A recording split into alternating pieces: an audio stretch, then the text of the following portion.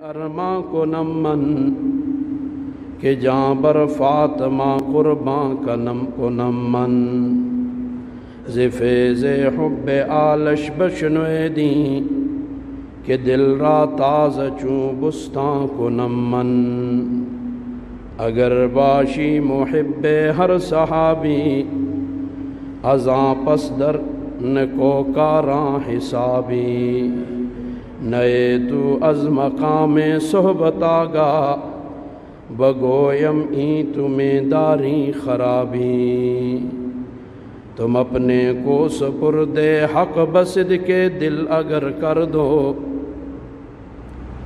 تم اپنے کو سپرد حق بسد کے دل اگر کر دو تو ہو جائے مسخر جس کسی پر تم نظر کر دو بڑو نام خدا لے کر بڑو نام خدا لے کر تو یکساں بحر و بر کر دو صحابہ کی طرح عالم کو پھر زیر و زبر کر دو مسلمانوں اٹھو بحر عمل تیار ہو جاؤ نہیں یہ وقت غفلت کا بس اب بیدار ہو جاؤ کہیں اے مسلموں یہ اختلافوں کا زمانہ ہے کہیں اے مسلموں یہ اختلافوں کا زمانہ ہے خبر بھی ہے تمہارے در پہ ایذا زمانہ ہے ذرا دیکھو تو تم کیا وقت ہے کیسا زمانہ ہے ذرا دیکھو تو تم کیا وقت ہے کیسا زمانہ ہے تمہاری خانہ جنگی پر اجی ہنستا زمانہ ہے مسلمانوں اٹھو بحر عمل تیار ہو جاؤ نہیں یہ وقت غفلت کا بس اب بیدار ہو جاؤ ان اللہ و ملائکتہ یصلون علی النبی یا ایھا الذین آمنوا صلوا علیہ وسلموا تسلیما اللہم صل علی محمد وعلی آل محمد كما صليت على إبراهيم وعلى آل إبراهيم إنك حميد مجيد اللهم بارك على محمد وعلى آل محمد كما باركت على إبراهيم وعلى آل إبراهيم إنك حميد مجيد معزز و مکرم برادران اسلام اللہ جل شانہ کا فضل اور احسان ہوا اللہ تعالیٰ نے ہم سب کو ایک اہم فریضہ کی ادائیگی کے لیے مسجد میں جمع ہونے کی توفیق عطا فرمائی یہ محض اللہ کا فضل اور اس کا احسان ہے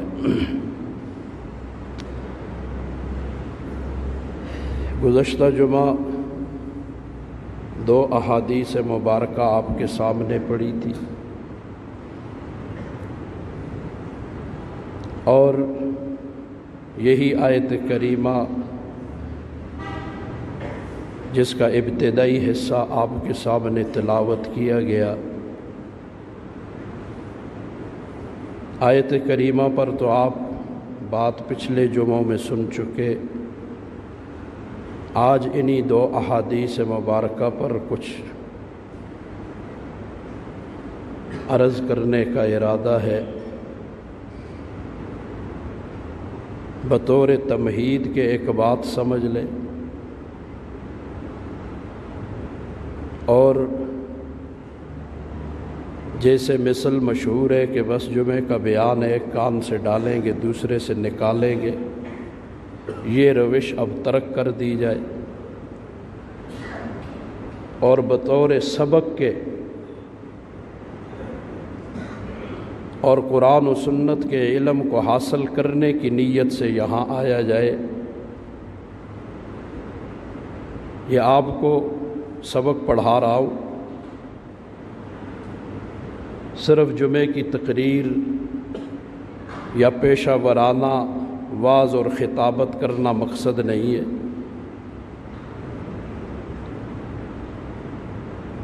انسان کے خلاف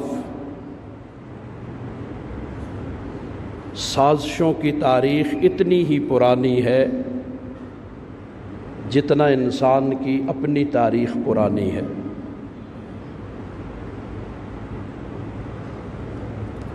اور اس کی ابتدا حضرت انسان کے جنس سے ہٹ کر ایک دوسری جنس تھی جس نے اس سازش کی بنیاد رکھی، اور وہ تاریخ کی کتابوں سے کوئی حوالہ نہیں دوں گا، بلکہ اللہ تعالیٰ کی آخری لا ریب اور لا زوال کتاب قرآن مجید کی تاریخ بیان کروں گا کہ آپ دیکھیں، سب کو پتہ ہے، بطور تذکیر کے عرض کر رہا ہوں کہ ہمارے جد امجد آدم علیہ السلام، ہماری اماں حوا علیہ السلام سب سے پہلے جنت میں تھے۔ وہ ہمارا مادری اور پدری وطن ہے، یہ ذہن میں رکھے۔ ہمارا وطن یہ دنیا نہیں ہے، ہمارا وطن تو جنت ہے، ہم وہاں سے آئے ہیں۔ تو جسے اپنے وطن سے محبت ہوتی ہے، وطن کو جانے کی کوشش کرتا ہے، وطن کو آباد رکھتا ہے، وطن کے خلاف چلنے والوں کے خلاف کھڑا ہوتا ہے۔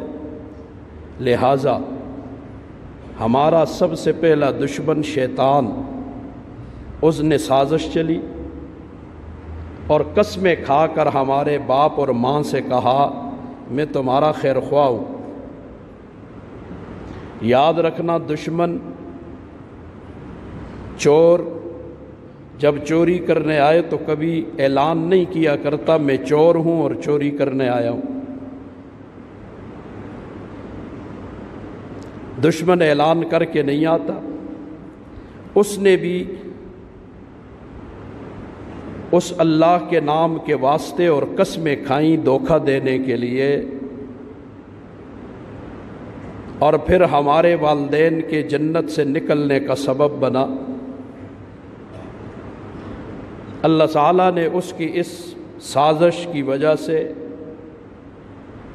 اسے رجیم ملعون قرار دے دیا کہ اللہ کے حکم سے اس نے آدم کے سامنے سجدہ نہیں کیا، تو اس نے دشمنی دل میں پال لی، کہا تمہیں بھی اس جنت میں نہیں چھوڑوں گا، نکالوں گا اور پھر آنے بھی نہیں دوں گا۔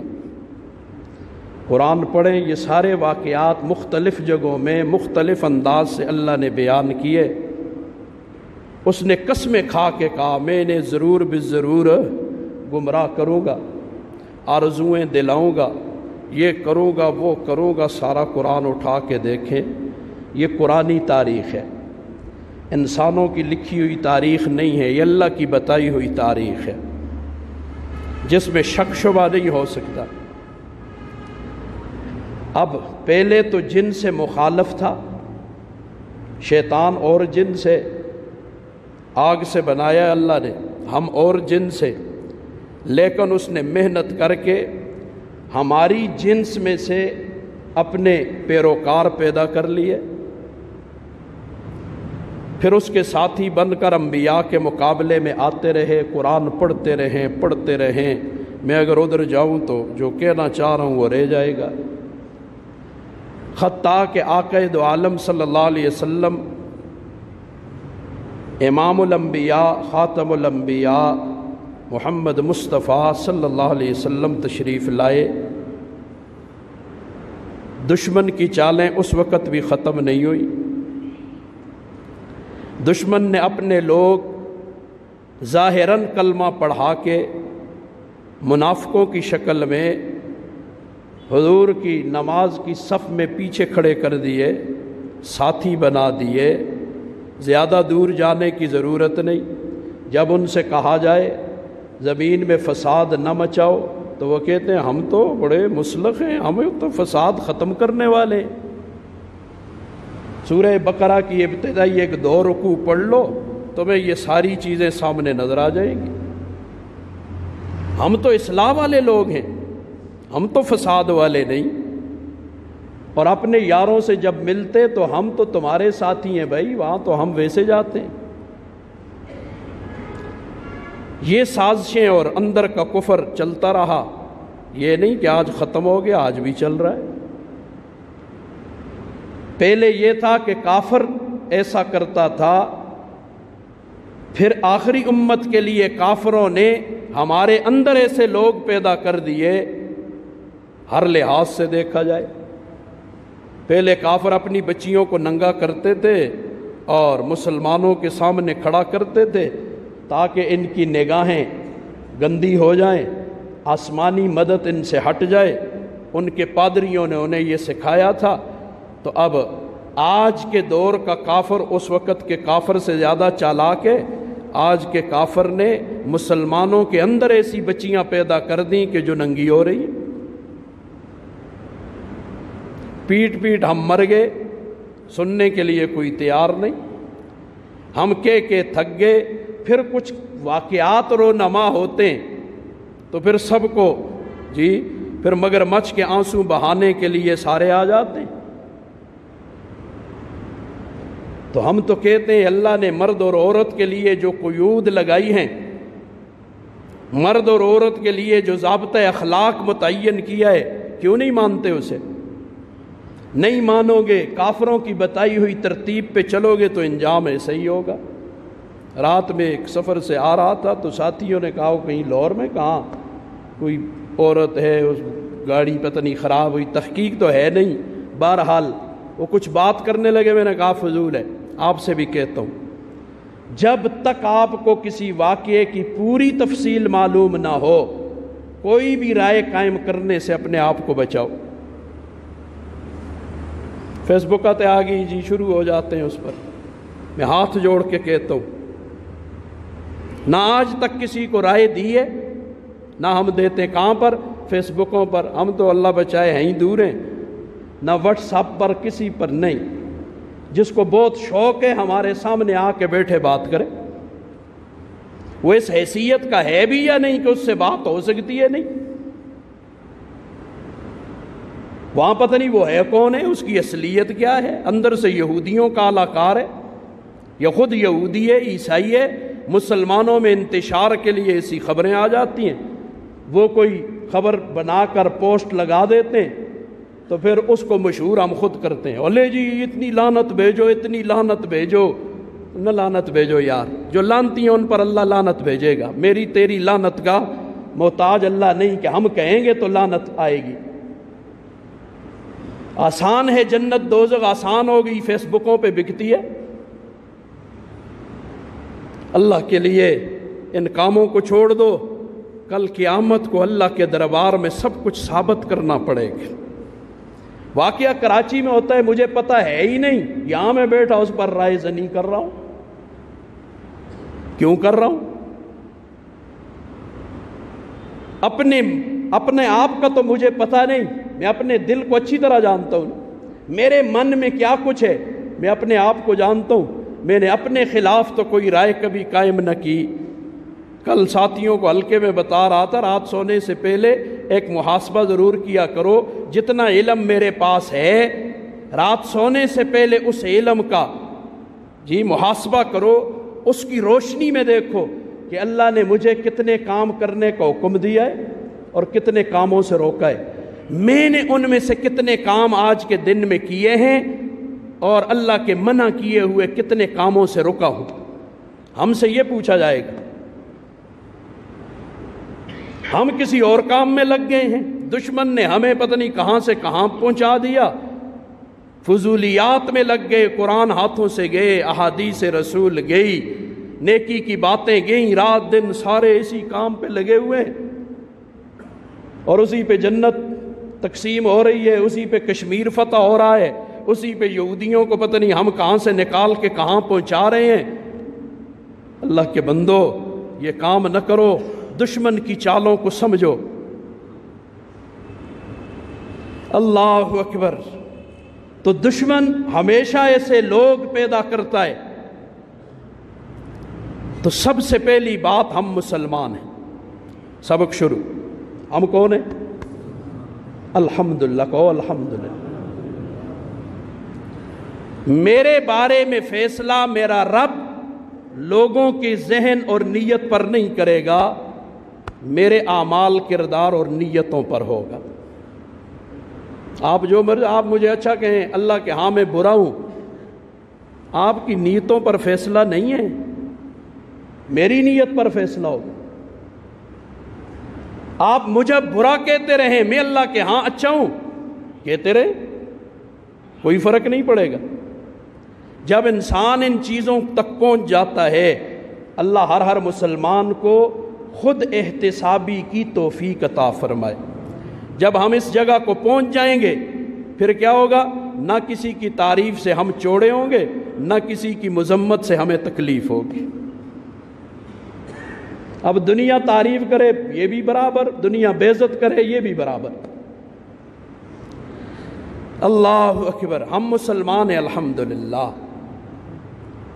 اور اہل سنت والجماعت کون ہے؟ سنت طریقہ نبی کا، جماعت صحابہ کرام کی۔ ٹھیک ہو گیا؟ آؤ، ایک عرصے سے پچھلے چند جمعوں سے میں آپ کو بتا رہا ہوں، صحابہ اور اہل بیت کو جدا کیا جا رہا ہے۔ صحابہ اور اہل بیت یہ سب کیا ہے؟ ایک ہے۔ صحابی کی جو تعریف کسی صحابی پہ صادق آتی ہے، تو اہل بیت کے افراد پر وہ تعریف صادق نہیں آتی؟ آتی ہے نا؟ تو وہ صحابی ہوئے کہ نہ ہوئے؟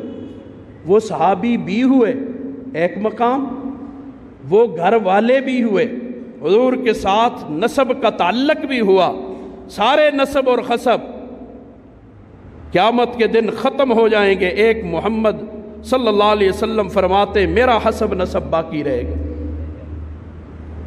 گپیں تو نہیں ہیں؟ ہم نے مجھ سے کہتے رہے جی سادات کی شان، اہل بیت کی شان، ادھر ادھر جلسوں میں بھی جاؤ نا کہتے ہیں، میں نہیں بیان کرتا۔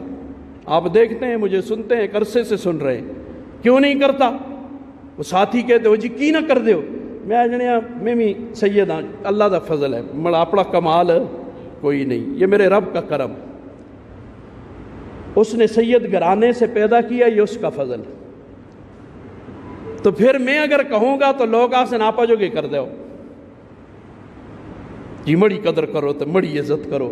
اس لیے میں وہ ہمارے یہ نہ کرنے سے کچھ خارجی ذہن کے لوگ پیدا ہو گئے، انہوں نے اہل بیت کی شان کو گھٹانے کی مذموم کوشش شروع کر دی۔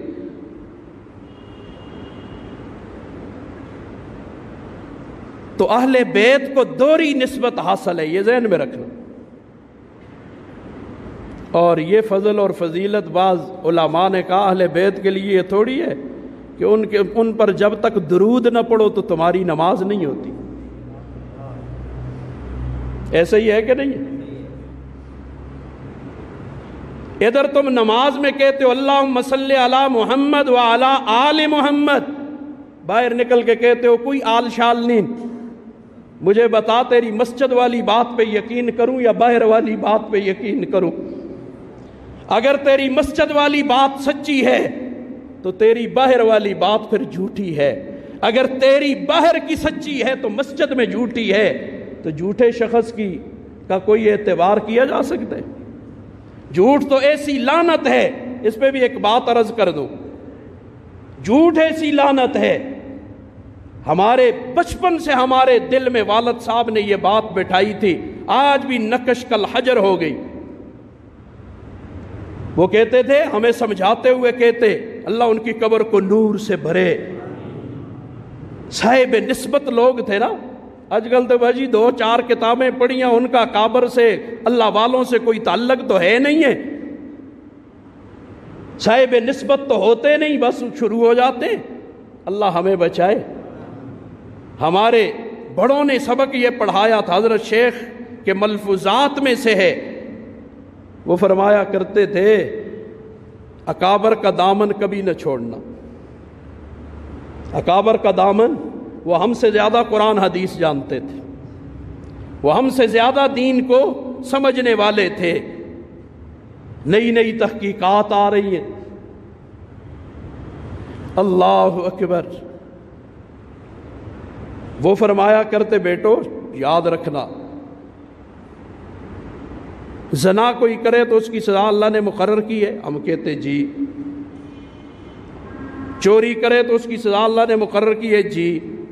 کوئی کسی پہ تہمت لگائے، بہتان باندھے، اس کی سزا اللہ نے زنا وغیرہ کا تو اس کی سزا اللہ نے مقرر کی ہے؟ جی کی۔ کوئی کسی مسلمان کو ناحق قتل کر دے، اس کی سزا اللہ نے مقرر کی ہے؟ جی کی۔ یہ سزائیں ساری مقرر کی ہیں۔ جھوٹ کی کوئی سزا قرآن حدیث میں ہے کہ جھوٹے دی جیب کب چھوڑو؟ ہے کہیں نہیں۔ جھوٹ ایک ایسی لعنت ہے، پھر بتاتے تربیت کا انداز تھا نا، پھر بتا جھوٹ ایسا بڑا جرم ہے، یہ زنا سے بڑا جرم ہے، یہ چوری سے بڑا جرم ہے، یہ کسی مسلمان کو ناحق قتل کرنے سے بڑا جرم ہے، اور آج ہماری زندگی کی بنیادی جھوٹوں پہ کھڑی ہے۔ اس کی سزا دنیا میں کوئی ایسا صاحب اقتدار ہے ہی نہیں جو جھوٹ کی سزا دے سکے۔ جھوٹ کی سزا اللہ تعالیٰ خود دیں گے۔ اتنا بڑا جرم ہے یہ جھوٹ۔ اللہ ہم سب کی حفاظت فرمائے۔ تو ایسی کیا آتے ہیں جھوٹ نہ کراں تو پوکھے مراں، کاروبار نہیں چلتا، فلانا نہیں چلتا، فلانا نہیں چل، مر نہ پوکھا، بھوک سے مر جاؤ۔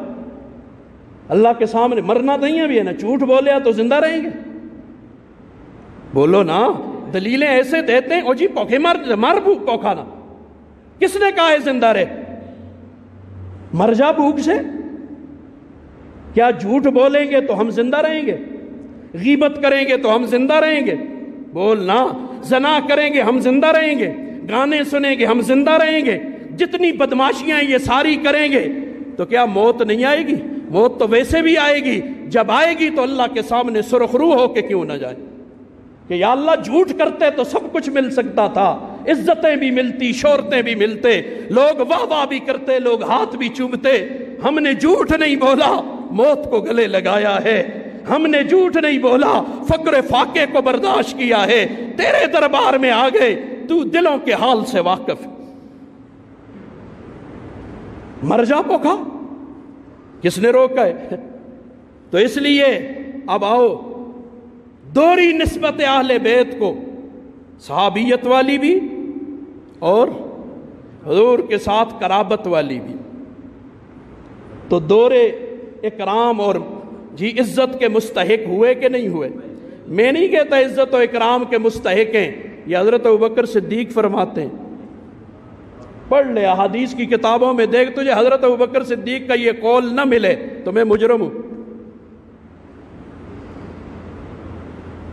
یہ حضرت ابوبکر صدیق نے حکم دیا ہے، امر کا صیغہ استعمال کیا، ارقبو،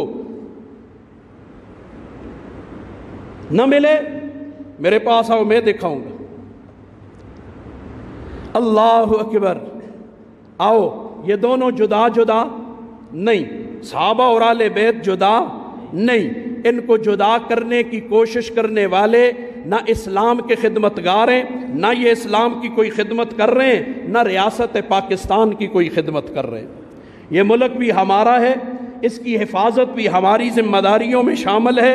بزرگوں نے قربانیاں دے کے یہ ہمارے ہاتھوں میں دیا ہے، تو بغیرت ہوتی ہے وہ اولاد جو اپنے باپ دادا سے ملی ہوئی وراثت کو سنبھال نہ سکے۔ یہ بطور وراثت کے بڑوں نے ہم کو یہ ملک دیا ہے، یہ کسی فرد واحد کا نہیں ہے، یہ صرف صدر صاحب کا نہیں، یہ وزیر اعظم صاحب کا نہیں ہے، یہ ایم پی او کا نہیں ہے، یہ صرف فوج کا نہیں ہے، پولیس کا نہیں ہے، یہ صرف پروفیسروں کا نہیں ہے، یہ صرف تاجروں کا نہیں ہے، یہ صرف سارا ملک ہم سب کا ہے۔ کسی کی اجارہ داری نہیں ہے اس پر، یہ ہم سب کا ملک ہے، یہ مشترکہ اثاثہ ہے۔ یہ کیا ہے؟ جیسے مسجد سارے مسلمانوں کی مشترکہ ہوتی ہے، ایسے ہی ہمارے بزرگوں نے اس ملک کو مسجد کے ساتھ تشبیہ دی ہے، کہ کچھ سمجھانے کے لیے دی ہے کہ جیسے مسجد تمام مسلمانوں کی مشترکہ ہوتی ہے، کسی فرد واحد کی اس میں ملکیت نہیں چلتی، اسی طرح یہ ملک بھی تمام باشندگان پاکستان کی مشترکہ وراثت ہے، کسی ایک شخص کا فرد کا کام نہیں، اور ایک کی ملکیت نہیں ہے، اور اسے جتانے کی ضرورت بھی نہیں کہ ملک مڑے تو میں ہیں، یہ ہم سب کا ہے۔ اپنے اپنے حصے کا کام ہم سب کریں گے، اپنے اپنے حصے کا کام کریں گے تو فساد نہیں ہوگا، اپنے حصے کا کام چھوڑ دیں گے تو فساد ہوگا۔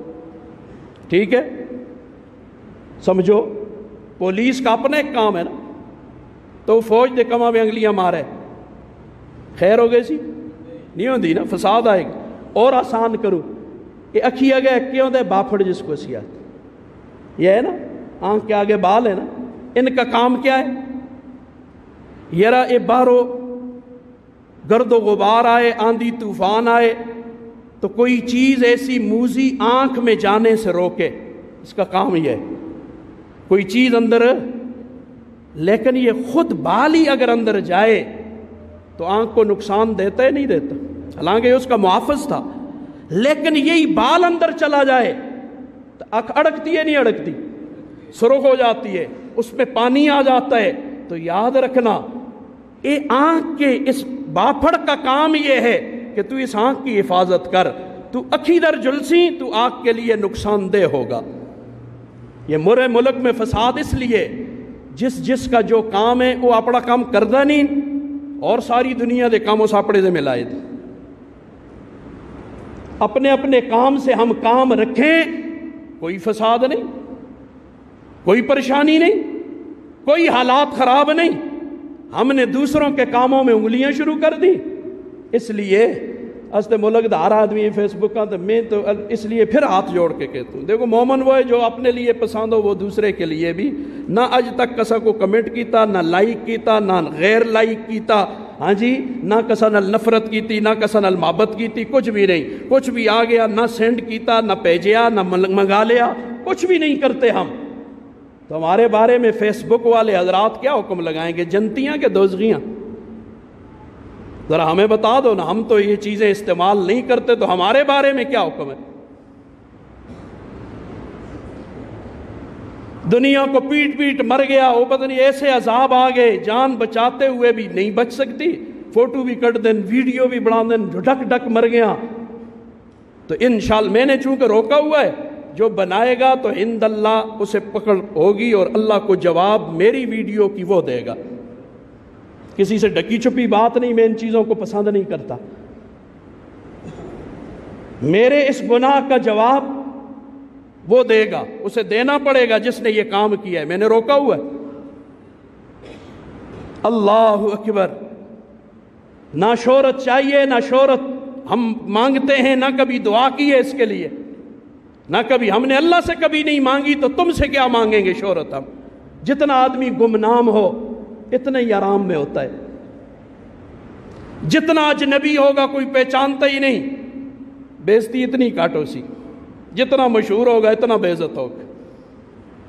یہ تو دنیا ہے نا، اس نے تو اللہ کو معاف نہیں کرتی دنیا، نبیوں کو معاف نہیں کیا، اور کون ہے باغ کی مولی جسے یہ معاف کر دیں گے؟ اللہ اکبر۔ تو سنو، نبی کریم صلی اللہ علیہ وسلم نے 2 احادیث کے اندر ہمیں بڑا زبردست سبق دیا ہے۔ پونے پر میں نے کہا تھا نماز پڑھیں گے، 5 منٹ ہوتے ہو گئے تو خفت نہ ہو سو، ہاں جی، اب اور بات نہیں کرتا، اسی پہ بات۔ 2 احادیث سنو، سبق ہے یہ۔ حضرت ابو ذر رضی اللہ عنہ فرماتے ہیں، اور کس حال میں فرماتے ہیں، وَهُوَ آخِذٌ بِبَابِ الْكَعْبَةِ، کعبہ کے دروازے کو یوں پکڑا ہوا ہے، اس وقت کہہ رہے ہیں سمعت النبی صلی اللہ علیہ وسلم، بیت اللہ میں کھڑے ہو کے میں نے حضور صلی اللہ علیہ وسلم سے سنا، فرما رہے تھے الا ان مثل اہل بیتی، میرے اہل بیت کی مثال تم میں مثل سفینۃ نوح، کشتی نوح کی طرح ہے، من رکبہا، جو اس میں سوار ہو گیا نجا، اس نے نجات پا لی، وَمَن تَخَلَّفَ عَنْهَا، اور جو ان سے پیچھے رہا ہلک، وہ ہلاک ہو گیا۔ ایک حدیث اور دوسری کی طرف حضرت عمر بن خطاب رضی اللہ عنہ فرماتے ہیں سمعت رسول اللہ صلی اللہ علیہ وسلم، میں نے حضور صلی اللہ علیہ وسلم سے سنا، یقول، فرماتے تھے سألت ربی میں نے اپنے رب سے سوال کیا عن اختلاف اصحابی من بعدی، اپنے صحابہ کے فروعی اختلافات کے بارے میں میرے بعد۔ اصولوں میں تو کسی کا کوئی اختلاف نہیں، فروعی اختلاف ہوتے ہیں، وہ تو ہر گھر میں ہوتے ہیں۔ تم گھر بنا رہے ہو تو اتنے اختلاف نہیں ہوتا، پتر آتے دروازہ اس جہی ہونا چاہیے، پہ آتے نہ اس جہی ہونا چاہیے، بیوی کہتی ہے نہ کھڑکی اتنی دو ہونی چاہیے، وہ تو کہتا ہے نہیں جی 4 ہونی چاہیے۔ اختلاف، اس کو فروعی اختلاف کہتے ہیں۔ یہ اختلاف تو ہوتے ہیں، اسے اسلام اور کفر کی جنگ بنا دے آدمی۔ میرے بعد صحابہ میں یہ ہوں گے تو یہ ہیں، بعد میں ائمہ میں نہیں ہیں۔ کوئی آتے ہاتھوں تے بنو، کوئی آتے تلے بنو، یہ جو اختلاف ہے نا۔ فَأَوْحَىٰ إِلَيَّ، تو اللہ تعالیٰ نے، حضور فرماتے ہیں، میں نے جب یہ سوال کیا تو اللہ نے میری طرف وحی کی اور فرمایا اِنَّ أَصْحَابَكَ عِنْدِي، تیرے صحابہ کی مثال میرے نزدیک بمنزلۃ النجوم فی السماء، آسمان کے ستاروں کی طرح ہے۔ کس کی طرح ہے؟ بعضها اقوى من بعض ستارے بعض سے روشنی میں، ہاں جی، اور حجم میں کچھ بڑے ہوتے ہیں، قوی ہوتے ہیں، لیکن وَلِكُلٍّ نور، نور ہر ایک میں ہوتا ہے، روشنی ہر ایک میں ہے، کسی میں کم ہے کسی میں زیادہ ہے۔ فَمَنْ أَخَذَ بِشَيْءٍ مِّمَّا هُمْ عَلَيْهِ مِنْ اخْتِلَافِهِمْ، ان کے فروعی اختلاف کے باوجود ان صحابہ سے کسی نے تیری امت میں سے جو چیز لے لی، فَهُوَ عِنْدِي عَلَىٰ هُدَىٰ، میرے نزدیک وہ سارے ہدایت پر ہیں، وہ سارے ہدایت پر ہیں۔ قال رضی اللہ عنہ، حضرت عمر فرماتے ہیں وقال، حضور نے پھر فرمایا اصحابی کالنجوم، میرے صحابہ ستاروں کی مانند ہیں، فَبِأَيِّهِمْ اقْتَدَيْتُمْ اهْتَدَيْتُمْ، جس کی بھی اقتداء کرو گے تم ہدایت پالو گے۔ اب آؤ بڑوں کی بات کرتے ہیں۔ وہ جو اہل بیت کی حدیث ہے نا، اس کے ضمن میں امام فخر الدین رازی رحمہ اللہ نے اس کی تفسیر بیان کرتے ہوئے یوں فرمایا، نعم ما قال الامام، بہترین بات ہے جو امام فخر الدین رازی رحمہ اللہ نے فرمائی فی تفسیری ہی، اس کی تفسیر میں، نحن معاشر اہل السنہ، ہم اہل سنت، ہم کون؟ چھپانے کی چیز نہیں ہوتی عقیدہ، یہ ظاہر کرنے کی چیز۔ ہم اہل سنت ہیں، کسی کو اختلاف ہے لگ کرے ہم سے کرے، ہم اسے اختیار دیتے ہیں، اس کو مروڑ دینا، اس کو قتل نہیں کرتے، اسے مارتے نہیں، اس کے پاس دلائل ہیں، ہم سے اختلاف کرے، اسے حق ہے، لیکن گالی دے وے یہ اجازت نہیں ہے، گالی کی اجازت نہیں، گولی کی اجازت بھی نہیں۔ میں اپنا عقیدہ کسی پر زور سے مڑ نہیں سکتا، تو کوئی اور بھی اپنا عقیدہ زور سے میرے اوپر لاگو نہیں کر سکتا۔ ہم صرف پہنچانے والے، ہم پہنچائیں گے۔ بھائی ہمارے نزدیک قرآن و سنت کے دلائل کے ساتھ یہ مسئلہ یوں ہے، تو کوئی مقابلے والا وہ نہیں مانتا تو قرآن و سنت کے دلائل سے اسے رد کر دے کہ تمہاری یہ بات غلط ہے، یہ دلائل ہیں قرآن و سنت کی، ٹھیک ہے۔ جیسے اصول ہوتا ہے، ہم قرآن و سنت بیان کریں، اگلا ہے تھوڑی مئو دی تو تھوڑی پہنوں دی، یہ کوئی گل ہے؟ یہ کوئی بات ہے؟ میں نے شاید آپ کو ایک اشارہ بھی کیا تھا، لوگوں نے ہماری ذات کو بہت کچھ کہا ہے، حرامی سے آگے تو کچھ نہیں ہوتا، اتنے تک کہا گیا۔ وہ جرگہ ایک بیٹھا، اس میں بھی نوجوان بڑے تیش میں تھے، میں نے کہا یار تم کیا کہتے ہو، تم کل آئے ہو یار، تم کل کی پیداوار ہو، تمہیں تاریخ کا پتہ ہی نہیں ہے۔ جامع حسینیہ نام رکھا تھا تو ہم پہ سب سے پہلا لیبل لگا تھا شیعہ نہ کھائیں۔ تمہارے کہنے پر اللہ ہمارے ساتھ فیصلہ کرے گا؟ شیعہ پرانے بڑوں سے پوچھو نا، یہی گل ہے یا نہیں؟ مشہور ہو گئے شیعہ، وہ تو گنبد ساوا بن گیا، وہ یہ تو بریلوی ہیں، کسا دلیلہ نہ لا کے آخنا، અહીં آ کے آختے، پھر آ کے ہم سے پوچھتے نا آپ نے حسینیہ نام کیوں رکھا ہے؟ ہمارے جواب سے مطمئن نہ ہوتے تو ہم مجرم ہوتے تیرے۔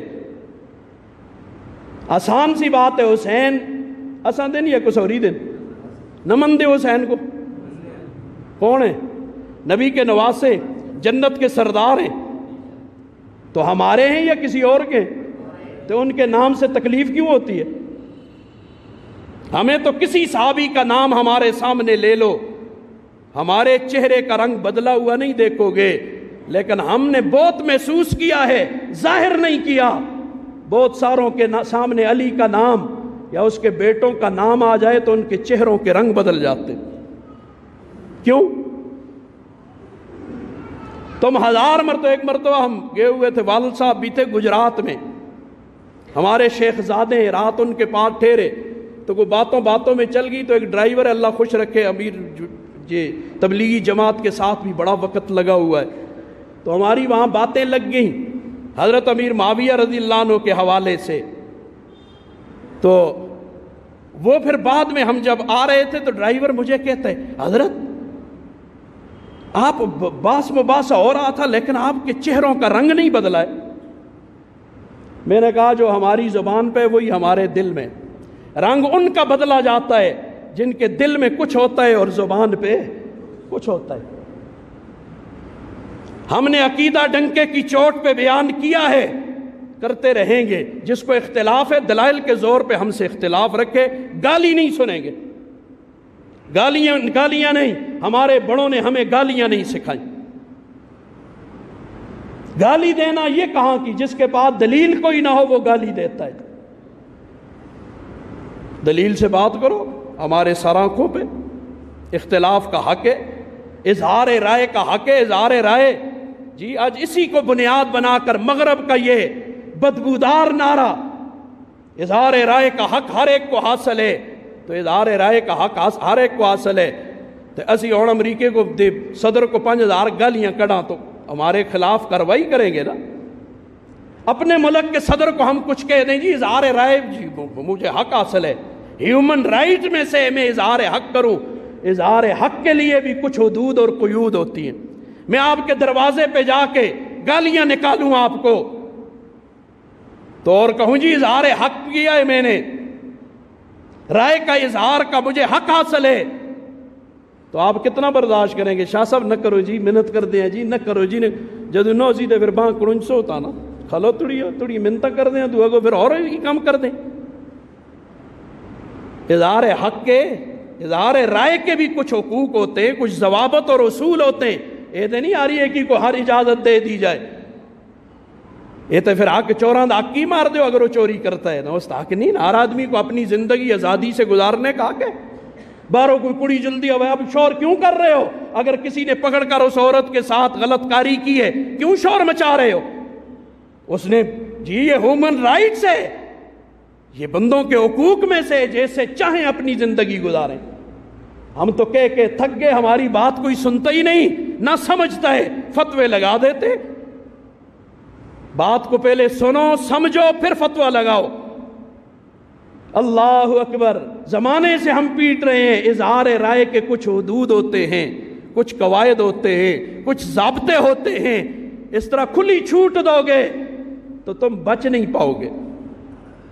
یہ بار کا ساتھی بہترین قسم کی گڑی 25-30 لاکھ کی کھڑی ہو، میں جا کے اس کو پتھر مار دوں، کوئی مجھ کو پکڑے آ کے پولیس، وہ آدمی مالک پکڑ لے تو میں آگے جی میں بندہ ہوں، مجھ کو اپنی زندگی اپنی مرضی سے گزارنے کا حق حاصل ہے۔ کیڑا اجازت دیں دے وہ ہے کوئی جو مجھے اس طرح کی اجازت دیتا ہے؟ جی آپ بیٹھے ہوئے میں پستول نکالوں، جس کو چاہوں گولیاں مار دوں، مجھے اجازت ہے اس بات کی؟ کیوں نہیں دیتے؟ اپنے بیانیے پہ، اپنے قول پہ کھڑے رہو نا۔ اس لیے کافر چونکہ اس کو اللہ نے جانور کہا، اس کی باتیں بھی جانوروں کی طرح ادھوری ہوتی ہیں، ناتمام ہوتی ہیں، اس کا سر پیر کچھ بھی نہیں ہوتا۔ جب ان کے سر پہ آتی ہے پھر سمجھ آتی ہے کہ یہ علماء ہمیں جو بتا رہے تھے پاگل نہیں ہیں، یہ قرآن و سنت کو دیکھ کے بتا رہے تھے۔ تو آؤ، بہرحال امام فخر الدین رازی رحمت اللہ علیہ کہتے ہیں، میرے خیال میں ادھر ہی بس کو 2 حدیثیں میں نے سنا دی، ترجمہ کر دیا، ان پر تفصیل انشاءاللہ جی آئندہ جمعہ زندگی نے وفا کی ایک سفر بھی درپیش ہے، اور اگر نہ ہوا تو اس کے اگلے جمعہ انشاءاللہ اس کو مکمل کریں گے۔ ٹھیک ہے، آج اسی پہ اکتفا کرتے ہیں۔ اللہ حامی و ناصر ہو، وآخر الدعوانا الحمدللہ رب العالمین۔ ایک اعلان